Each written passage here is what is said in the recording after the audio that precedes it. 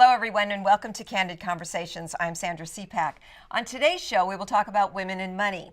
In today's economy, being smart about your finances is not only important for everyday living, but also for your future. Life changes and evolves, so with those changes, you need to achieve a secure financial future. With more than a third of American women contributing and working as head of households, knowledge of investing and retirement is essential. We will focus on getting started now and exploring how you can improve creating and preserving wealth, as well as putting together long-term money plans for you and your family. Our guests today are financial experts Jillian Alexander and also Barbara Bernstein, who will share some of their professional investing tips with all of us here. First, though, let's open up our discussion with my co-hosts today, Becky Lantry and Dina Diamond. Hi, Dina. How are you? Hello, I'm great. How are you? Since we're going to be talking about money today and finances on the show, if you had to describe your relationship with money in just one word, what would it be? Hoarder. Oh, no. Okay, all right, not really. I would say conservative. Okay. I live within my means, but I make sure to create a safety net to prepare for things that are obviously going to be unexpected in my life. Okay. What about you, Becky? Mine would be more. How to get it, That's right. where to get it from, who to get it from. More. If you figure that out, will you let me know?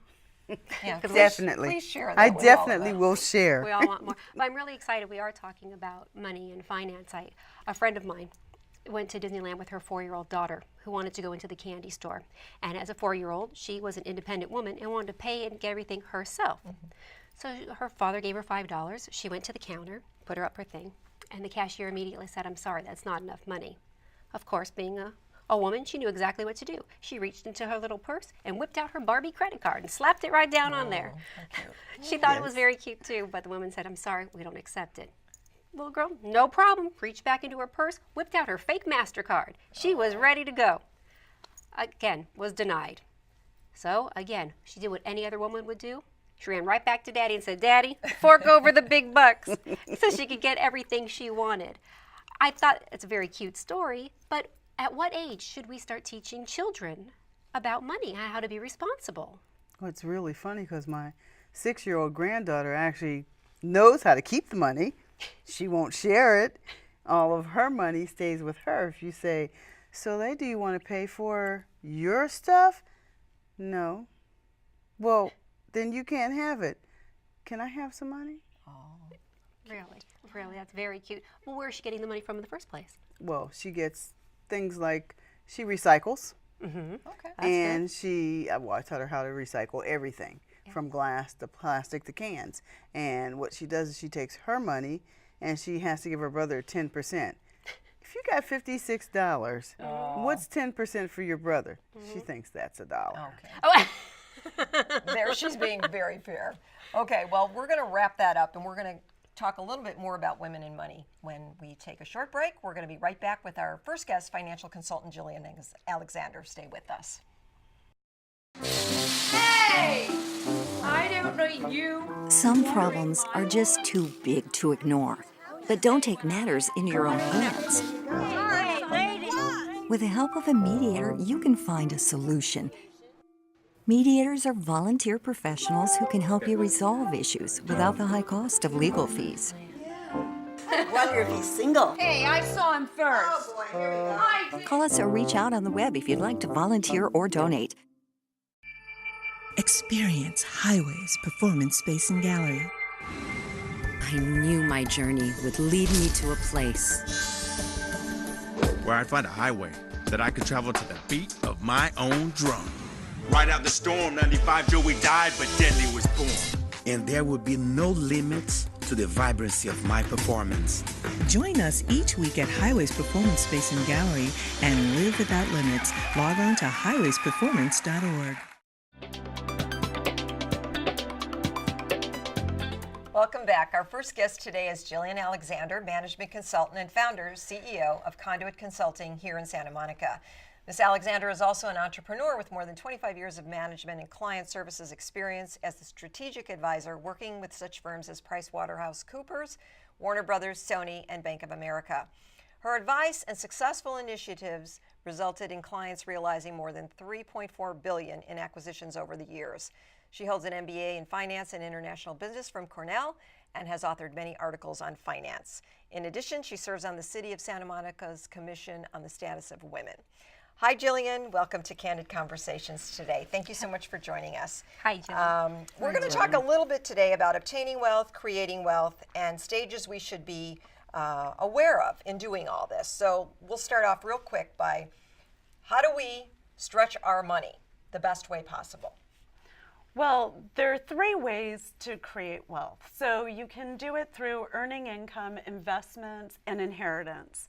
What you want to do is plan for how to grow it and then how you can actually preserve it once you have grown it. Okay, I got that. But 3, I never even thought about inheritance. That's fantastic. How do we do that? How do you grow inheritance? Just be nice to people? What do you do? Well, that is one of the ways, actually. I love you, Mom. If you don't take care of the people around you, you're not going to get any inheritance from them. If you do, you might. You might be surprised if just being a good Samaritan, you may get some inheritance. But then once you do inherit the money, it's what do you do with it once you have it? So rather than saying, wow, I'm going to go take a round-the-world trip with my inheritance, maybe what you want to do is invest that money into stocks or equities, or you may want to invest that in real estate like a home. You may want to invest that in a business. Right, to make the money work for you, and especially long term. Right. That makes a big difference. So tell me how I would grow the money in a business. So in a business, there are 4 things that you want to think about doing. One is you first want to think about positioning for growth. So you want to be aware of what's happening in the marketplace and look for where the opportunities are. Second thing you want to do is you want to attract it. So you've got to be there. You want to become the magnet for opportunities. You want to let people know what it is that you're looking for. The third is you want to capture it. You want to capture your customers for life.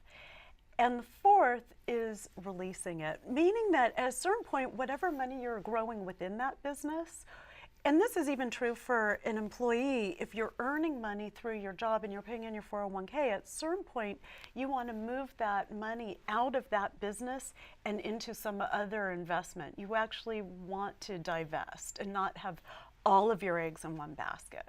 How do you know where to actually, you said to invest it? Who could tell you that? How do you figure that out? Well, if you're looking at making an investment in financial instruments, you probably want to talk to a financial advisor. If you're looking at making investments into businesses, you probably want to talk to an advisor who focuses on analyzing the value of businesses. So somebody who is a management consultant or an investment banker who knows how to do the valuation analysis. Let's say, we have a lot of people that are just starting out in their careers. Is that a good time to start investing when you first get your jobs and in starting early in your career? And how do you do that exactly? What is the wisest thing to do? Yeah, definitely. You want to start sooner than later because you want it to become a habit. And it's hard. So, one rule of thumb is if you start at 10% every paycheck and you just get in the habit of saving that, I know, for example, myself, I did that when I was, 25 years ago when I was starting out.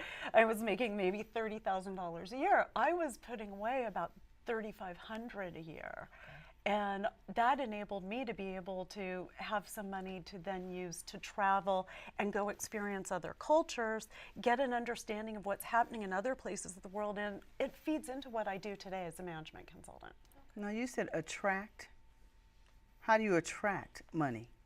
How do you attract money and wealth in general is by being the knowledgeable person, by being able to have something to offer other people that they find interesting. So it may be that you create a product that solves other people's problems. They will come to you. Can you do that with a mom and pop store? Absolutely. Absolutely. I think one thing that happens is people sometimes dream too small, that they don't think that it's possible to turn their single storefront that maybe is doing, you know, a couple of $100,000 a year in business into a multi-million-dollar global operation, that from that storefront they may be selling to people worldwide through the internet. Right, and the internet makes a big difference today. I think that really has expanded a lot of businesses, especially small ones. You know, the mom and pop businesses have really expanded on that. So that is another way to create wealth.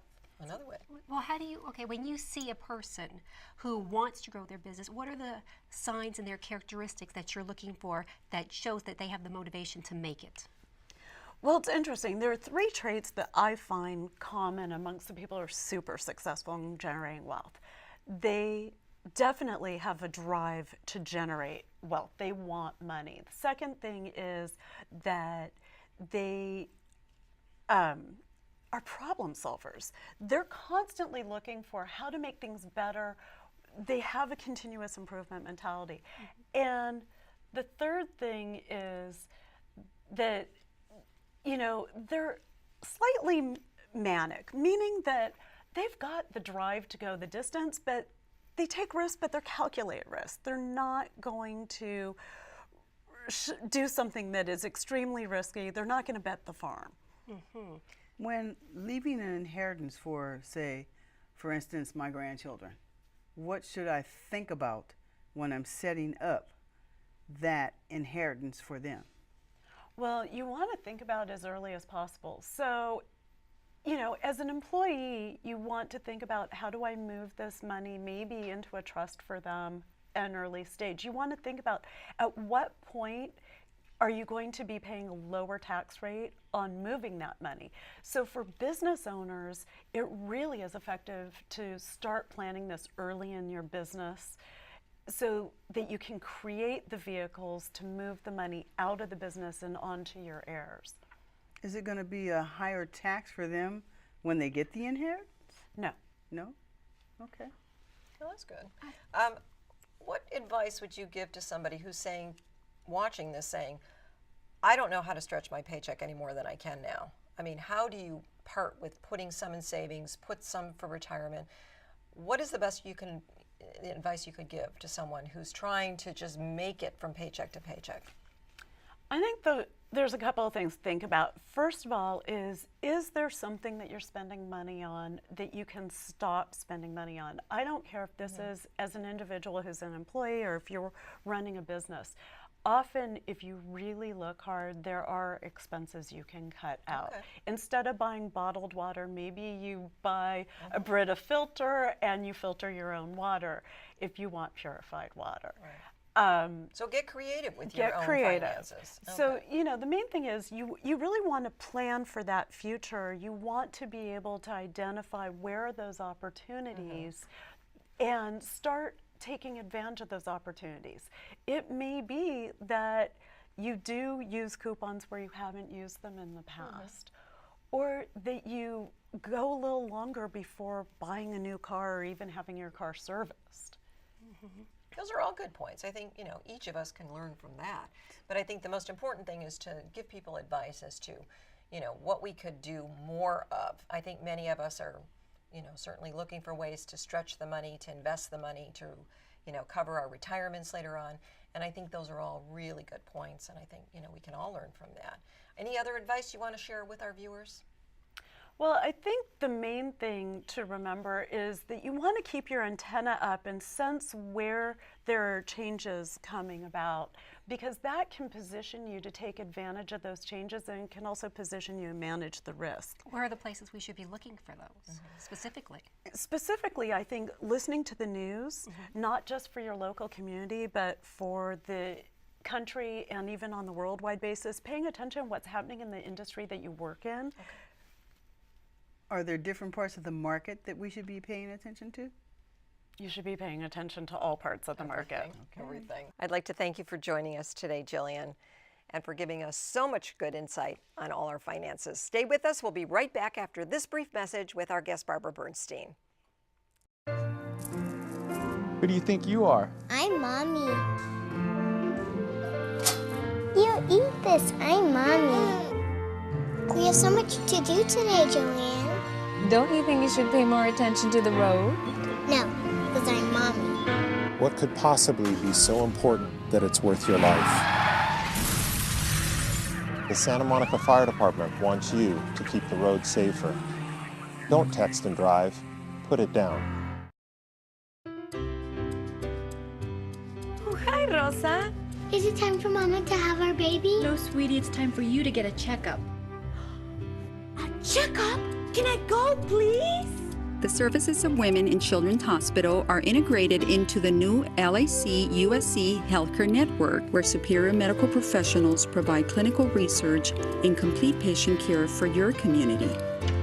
Ouch. Our staff is dedicated to you and your family. Welcome back. With so many women pursuing higher education, achieving their goals, and earning power, it makes sense that they need a solid financial plan for the future. Taking control of their money, spending wisely, investing in 401ks, IRAs, and more is something all of us need to understand better and be better educated about. Effectively managing your money and putting it to work for you is the key. Our next guest is Barbara Bernstein, financial representative with Northwestern Mutual here in Los Angeles. Her financial planning practice helps individuals and businesses build their financial portfolios and make sure you have the financial tools in place to save for the unexpected. A graduate of the University of California at Berkeley, she is well versed in helping her clients with investment strategies, business funding, as well as estate and retirement planning.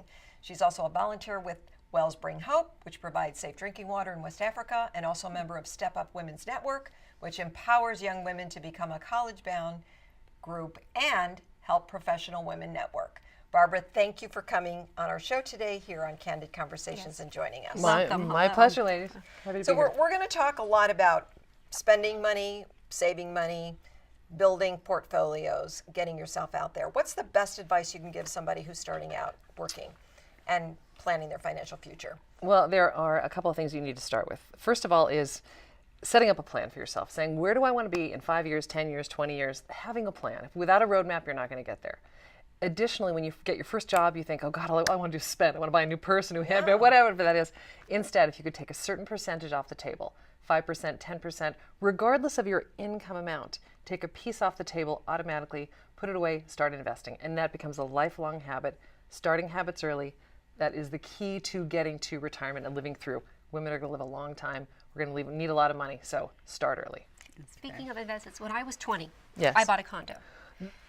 And I was able to take my money and I broke it up into thirds, where 30 went to my mortgage, 30 went to taking care of my bills, and then the rest I would divide among planning for the future, saving, and things that came up, car repairs. You said a certain percentage. There's not a specific number that we have to do.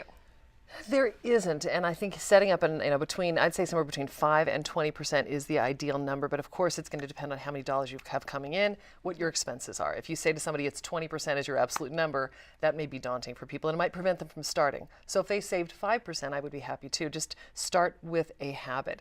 Clearly you were very organized, able to think exactly right in dividing your money up into different buckets.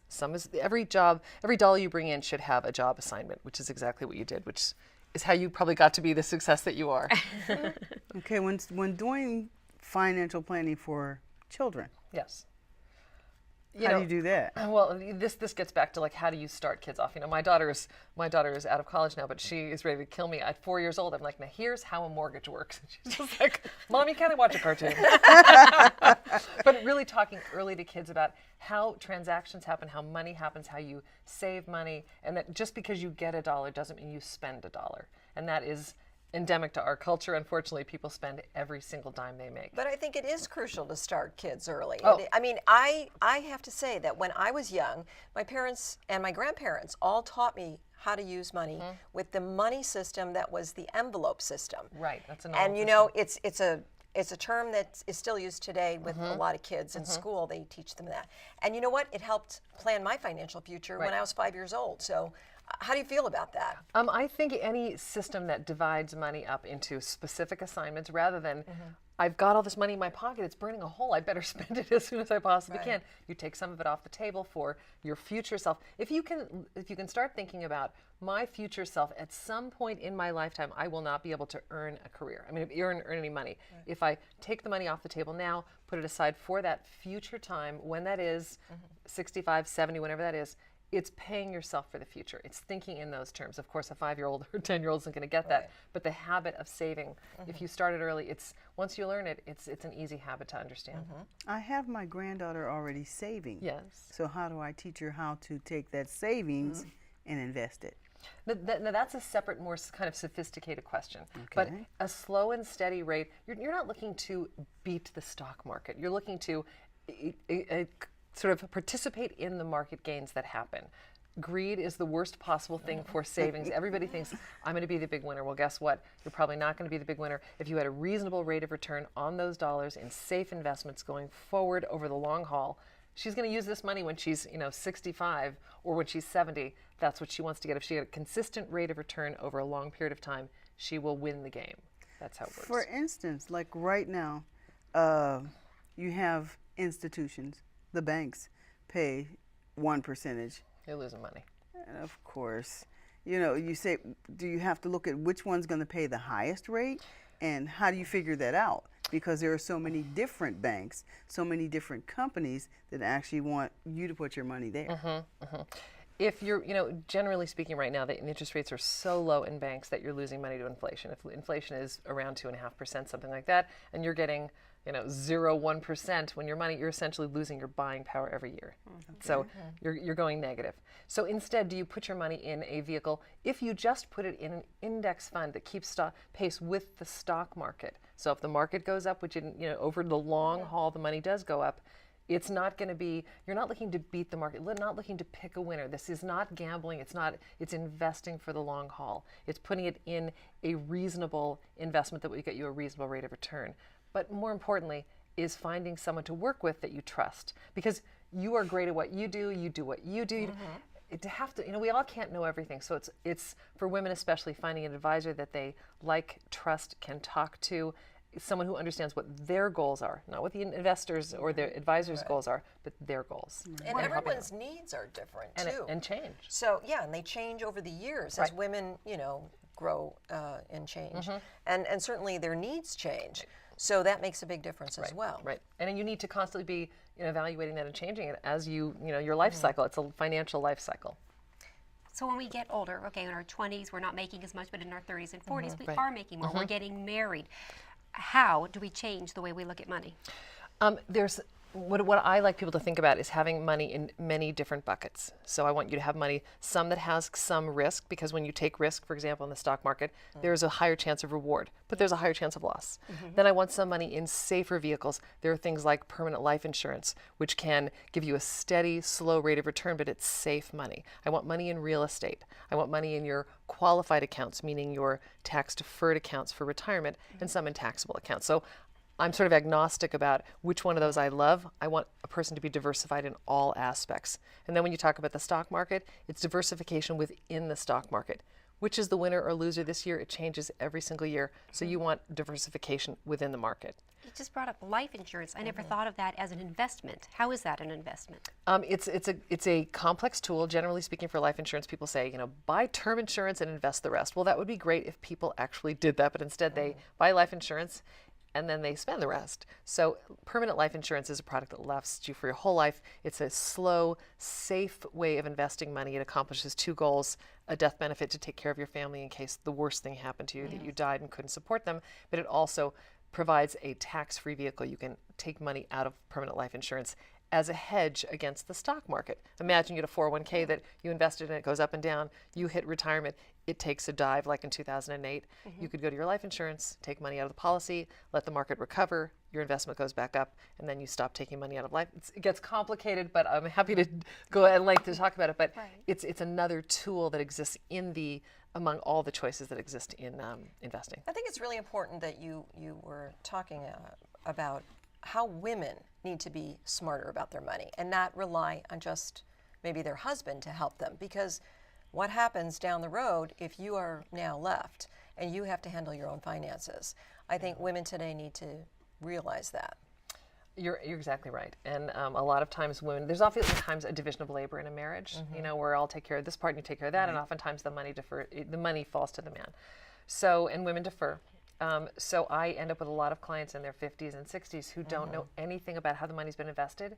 And unfortunately, we will most likely outlive our spouses, if outlive our husbands. Many women end up in retirement not understanding how the money was invested, how they got in this situation, what their choices are, because they simply deferred the whole time. Right. So I would strongly encourage women. You can certainly have a Early division on. of labor. Early on is a very smart choice. But even once you get to the retirement point, to say, where do we have everything? Show me everything.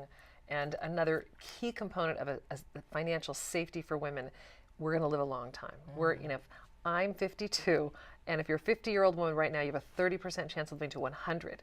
So imagine you stop work at 70, you've got another 30 years that money has to last. A key component to that is long-term care. Is that we're going to live a long time if you don't get, if you live a long time and need care, just care. You're not sick, but you just need care. You need a pool of capital to take care of that. A way to hedge it is long-term care. Well, thank you so much, Barbara, for joining us today and giving us a lot more Thank you so much. Very interesting. to learn about handling our own finances. And I want to thank both of our guests today, Jillian Alexander and also Barbara Bernstein, for being here and sharing their expertise on investing wisely, creating and preserving wealth, and helping us all make smarter choices about our own money. Don't get discouraged about discussing your finances and putting together the best plan for you and your family. Educating yourself can now be empowering. It's your hard-earned money, so be smart about it and how you utilize it to your advantage. With some of the tips and points we've covered today, planning, setting goals, and just learning what's best for you and your financial future will make a long-term difference. On behalf of my co-hosts, Becky Lantry and Dina Diamond, I'm Sandra Seapack, and I'd like to thank you for joining us today. We'll see you next time on Candid Conversations.